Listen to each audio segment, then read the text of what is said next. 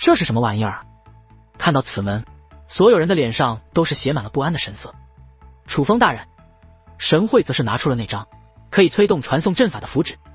九童魔焰他们都无法解决，这门内之物，他们更是没有一战之力。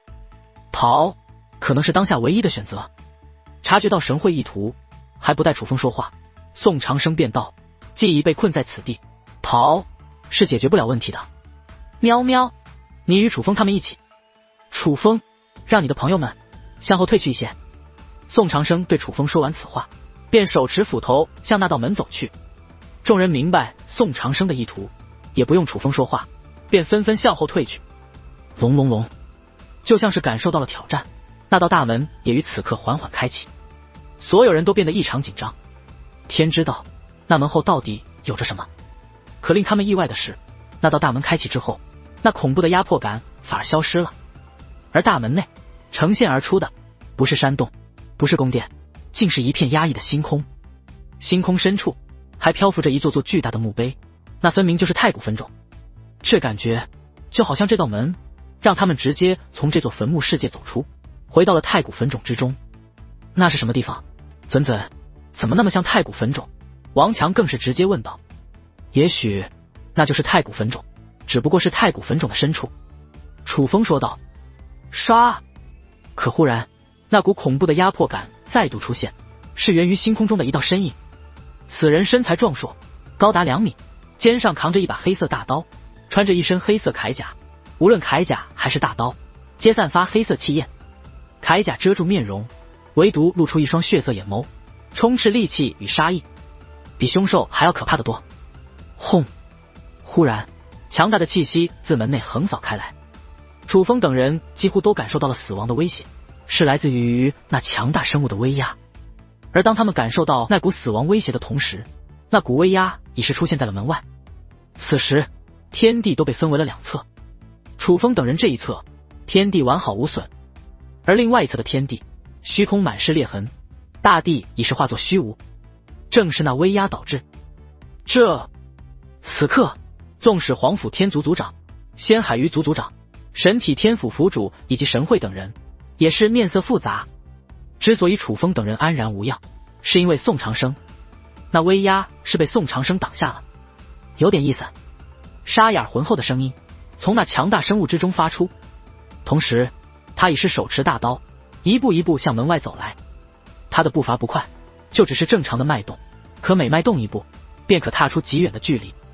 只是几步之间，他就已从门内走出，来到了门前。可刚刚踏出大门，他便愣住了，猩红的双眼之中涌现出的是震惊。你！他望着眼前之人，语气竟是不可思议。是宋长生。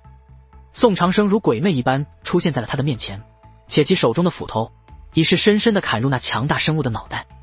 那强大生物也只是吐出一个你字之后，便化作气焰散去。好是猖狂！可紧接着那声音竟在门内再度响起，并且这一次不是一道声音，而是数道。顺声望去，在那片星空之中竟出现了上千道强大生物。这么多！看到这些强大生物，众人心头一紧。那些强大生物身披铠甲虽大致相同，但身高体积却有着些许差异，手中的兵器更是分为多种。显然这不是分身，而是这种强大生物本身就有着多个，简直就像是军队。很可能眼前所见也非全部。这他娘的怎么玩？黄甫战天脱口而出。此刻他感觉自己弱小到已是不堪，因此感到无比绝望。而连向来自负的黄甫战天已是如此，可想而知其他人的内心是怎样的绝望。刷刷刷！可就在这时，一道寒光掠过，阵阵闷响传来。人们反应过来之际，只见宋长生手中的斧头自门内的星空旋转而来，落到宋长生手中，而门内的上千只强大生物已尽数化作气焰散去。不过一瞬，尽数斩杀。所有人都愣住了，简直不敢相信自己的眼睛。随之所有人的目光都凝聚在宋长生的身上。当今修武界竟有此等人物！刚刚的一幕看得众人目瞪口呆。那强大生物越强，越能凸显出宋长生的强大。不只是强大，而是这爆棚的安全感，使得他们绝望的情绪已被震撼所替代。但不管怎么说，宋长生表现出的实力已是远远超出人们的认知。这真的是如今的修武界该存在的人物吗？有些棘手。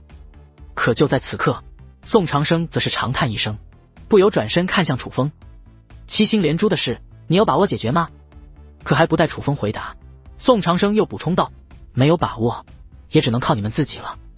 据我观察，这门内多半就是太古坟冢被封印的某个区域，虽被封印，但却能够通过此门逃脱。现在只有这里有此门，但若是其他地方也出现了此门，这后果将不堪设想。所以我要踏入其中，找到他们的老巢，从根源将这些生物全部剿灭。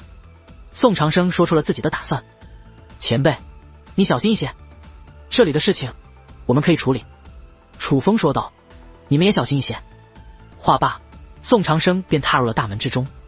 踏入之后，其手臂一挥，一道蕴含武力令牌飞掠而出，令牌脱手变大，转眼间便从令牌化作盾牌，将这大门封锁了起来。大门虽还在，且是敞开状态，但显然不会再有什么东西出来了。宋长生走后，众人心有余悸，幸亏是宋长生来了，不然他们怕是逃的机会都没有。也正因知道宋长生的强大，所有人的目光都汇集在了仙喵喵的身上，哪怕这些自命不凡的大人物，眼中也多了几分敬重。毕竟他们也都知道了，仙喵喵是那位强大人物的弟子。